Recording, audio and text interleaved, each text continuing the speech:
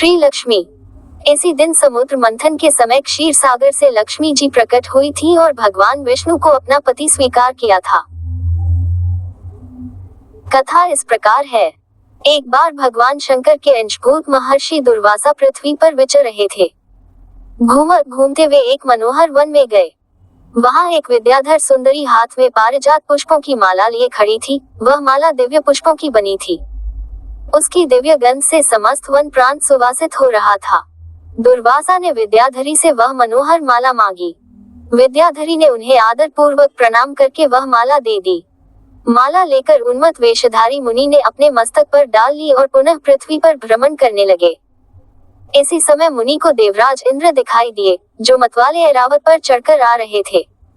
उनके साथ बहुत से देवता भी थे। मुनि ने अपने मस्तक पर पड़ी माला उतारकर हाथ में ले ली।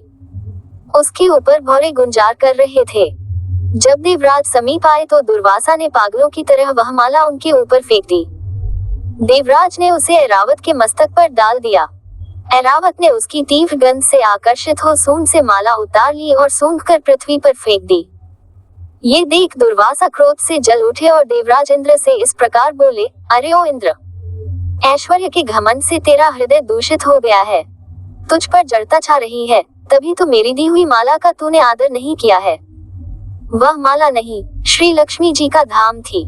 माला लेकर तूने प्रणाम तक नहीं किया, इसलिए तेरे अधिकार में स्थित तीनों लोकों की लक्ष्मी शीघ्र ही अदृश्य हो जाएगी। ये शाप सुनकर देवराज इंद्र घबरा गए और तुरंत ही ऐरावत से उतरकर मुनि के चरणों में पड़ गए। उन्होंने दुर्वासा को प्रसन्न करने की लाख चेष्टाएं की, किंतु महर्षि टस से मज न हुए। उल्टे इंद्र को फटकार कर वहां से चल दिए। इंद्र भी ऐरावत पर सवार हो अमरावती को लौट गए। तब से तीनों लोकों की लक्ष्मी नष्ट हो गई। इस प्रकार त्रिलोकी के श्रीहीन एवं सत्वरहित हो जाने पर दानवों ने देवताओं पर चढ़ाई कर दी। देवताओं में अब उत्साह कहाँ रह गया था। सबने हार मान ली। फिर सभी देवता ब्रह्मा जी की शरण में गए। ब्रह्मा जी ने उन्हें भगवान विष्णु की शरण में जाने की सलाह दी तथा सबके साथ वे स्वयं भी क्षीर सागर के उत्तर तट पर गए। वहां पहुंचकर ब्रह्मा आदि देवताओं ने बड़ी भक्ति से भगवान विष्णु का स्तवन किया। भगवान प्रसन्न होकर देवताओं के सम्मुख प्रकट हुए। उनका अनुपम तेजस्वी मंगलमय विग्रह देखकर देवताओं ने पुनः स्तवन किया। तत्पश्चात भगवान ने उन्हें क्षीर सागर को मथने की सलाह दी और कहा, इससे अमृत प्रकट होगा। उसके पान करने से तुम सब लोग अजर अमर हो जाओगे, किंतु ये कार्य है बहुत दुष्कर, अतः तुम्हें दैत्यों को भी अपना साथी बना लेना चाहिए। मैं तो तुम्हारी सहायता करूंगा ही। भगवान की आज्ञा पाकर देवगण दैत्यों से संधि करके अमृत प्राप्ति के लिए प्रयास करने लगे। वे भांति भांति की औषधियां लाए और उन्हें क्षीर सागर में छोड़ दिया। फिर मंदराचल पर्वत को मथानी और वासुकी नागराज को नेति रस्सी बनाकर बड़े वेग से समुद्र मंथन का कार्य आरंभ किया। की पूंछ की ओर देवताओं को और मुख की ओर दैत्यों को लगाया। मंथन करते समय वासुकी की निःश्वासाग्नि से झुलसकर सभी दैत्य निस्तेज हो गए और उसी निःश्वास वायु से विक्षिप्त होकर बादल वासुकी की पूंछ की ओर बरसते थे, जिससे देवताओं की शक्ति बढ़ती गई। भक्त वत्सल भगवान विष्णु स्वयं कच्छप रूप धारण कर क्षीर सागर में घूमते हुए मंदराचल के आधार बने हुए थे। वे ही एक रूप से देवताओं में और एक रूप से दैत्यों में मिलकर नागराज को खींचने में भी सहायता देते थे तथा एक अन्य विशाल रूप से, जो देवताओं और दैत्यों को दिखाई नहीं देता था, उन्होंने मंदराचल को ऊपर से दबा रखा था।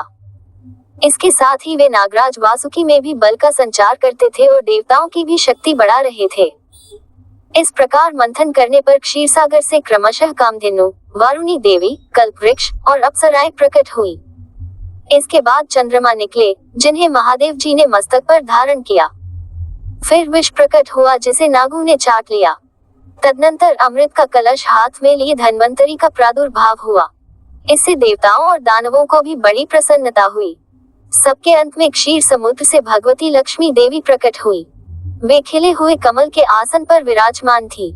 उनके अंगों की दिव्य कांति सब ओर प्रकाशित हो रही थी। उनके हाथ में कमल शोभा पा रहा था। उनका दर्शन कर देवता और महर्षिगण प्रसन्न हो गए।